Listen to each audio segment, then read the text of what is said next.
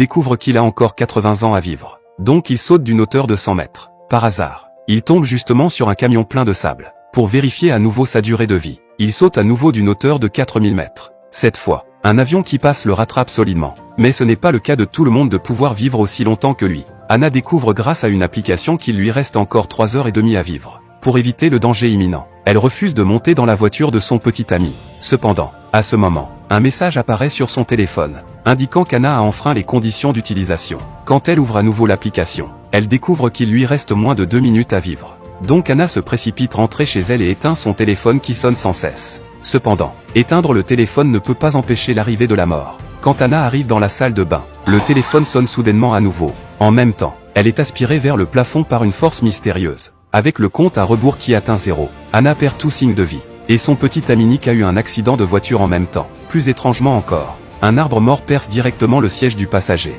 Si Anna n'avait pas choisi de rentrer à pied, elle aurait péri dans cet accident. Plus tard, Nick est emmené à l'hôpital. Mais il refuse l'opération préparée pour lui par l'hôpital.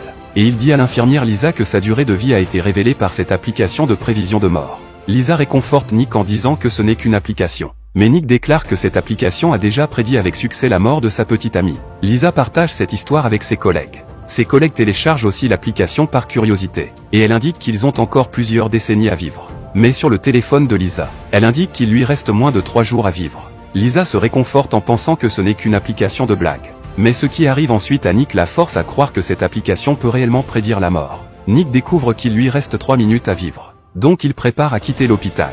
Mais à ce moment, un message sur violation des conditions d'utilisation apparaît aussi sur son téléphone. En même temps, il découvre une ombre noire effrayante dans le miroir du couloir. C'est un excellent film intitulé Countdown.